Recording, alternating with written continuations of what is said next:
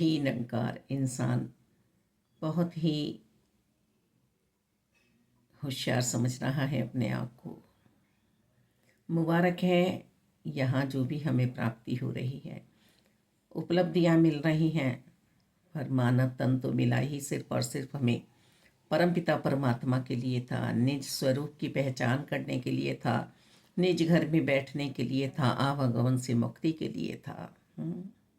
पर हम ऐसा कर पा रहे हैं, हम ऐसा कर पा रहे हैं तो मुबारक है। हम चेतन समझ रहे हैं अपने आप को, पर हम चेतन नहीं हैं, हम माया की चपेट में हैं। माया ने घेरा डाल रखा है हमारे मन पे। समस्त इंद्रियां हमारी मन से आ जुड़ती हैं,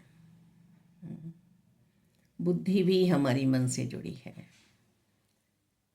फिर बुद्धि बारंबार बारंबार हमें इस ओर आकर्षित करती है कि देखिए क्या है, देखिए क्या है, देखिए क्या है, जिससे मन चंचल हमारा प्रभावित होता है।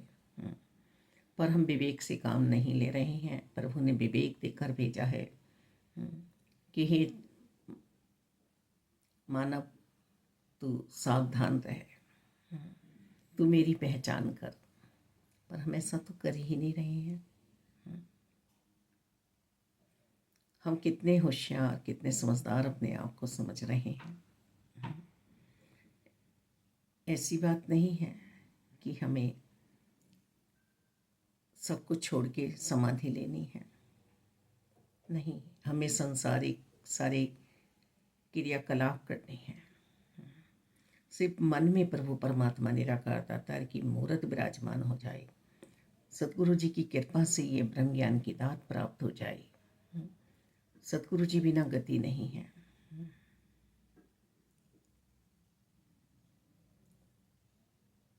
सुनते आ रहे हैं, पढ़ते चले जा रहे हैं। बच्ची के साथ तो ऐसा ही हुआ है कि बड़ों ने यही कहा है कि धन्य है तू कि तूने साकार सतगुरु जी के दर्शन किए, साकार सतगुरु जी की भक्ति कर रही है, सत्संग में जाती है। हम ये नहीं कर पाए। तो इसका मतलब कहीं ना कहीं शबरी माता की तरह से हमारी माताएं भी तड़पती हुई गई हैं साकार की भक्ति के लिए।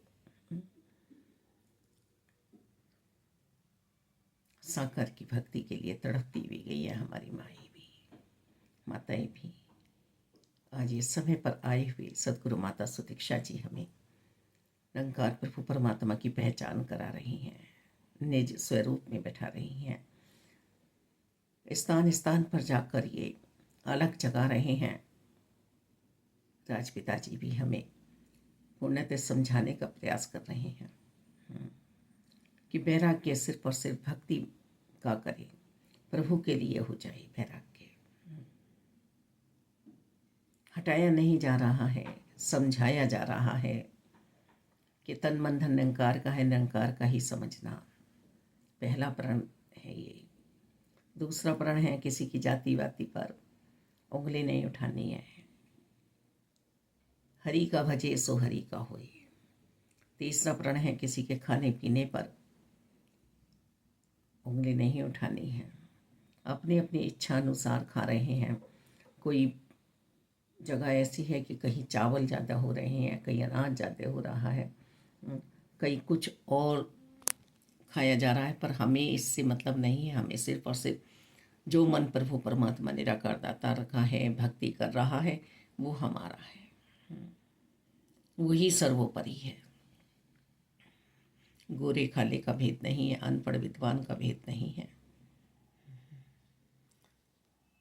सतगुरु बाबा बूटा सिंह जी ने एक ही थाली में 4-4, 5-5 संतों महात्माओं को इसीलिए लंगर चखाया था कि जिससे ये प्यार दे सके एक दूसरे को, एक दूसरे का सत्कार हो सके, मिलन हो सके आपस में। बिछड़े हुए हैं हम सब। चौथा प्रण है गृहस्थी में रहकर ही हमें भक्ति करनी है। हमें जंगलों में नहीं भागना है, अंदर की गुफा में हमें जाना है, आत्ममंथन करना है कि मैं कौन हूँ, कहाँ से आया हूँ, कहाँ मुझे जाना है। और 5वां प्रण है, बिना गुरु जी की आज्ञा के जो हमें ब्रह्म ज्ञान की दात प्राप्त कराई जा रही है, ये किसी को नहीं बतानी है। हम गुरु चर्चा कर रहे हैं, हम निरंकार का भजन कर रहे हैं, सिमरन हो रहा है, सेवा भाव में रह रहे हैं। इसका मतलब ये नहीं है कि हम गुरु बन गए। शिष्य मॉनिटर जो बन जाए शिक्षक नहीं कहला सकता। हम क्लास में मॉनिटर तो बन सकते हैं, पर गुरु जी नहीं बन सकते। गुरु जैसा कोई दाता नहीं है, गुरु जैसी कोई मत नहीं। मालिक दाता, इन्होंने गुरमत पे चला दिया है। जीवन में हर जगह किसी न किसी से कुछ ना कुछ सिखलाई हमें लेनी ही पड़ती है। तो यहाँ तो वो आत्मा की बात है, ये सबसे पहले काम हमें करना था और अंत श्वासों तक करना है। निरंकार न बिछड़ जाए हमसे।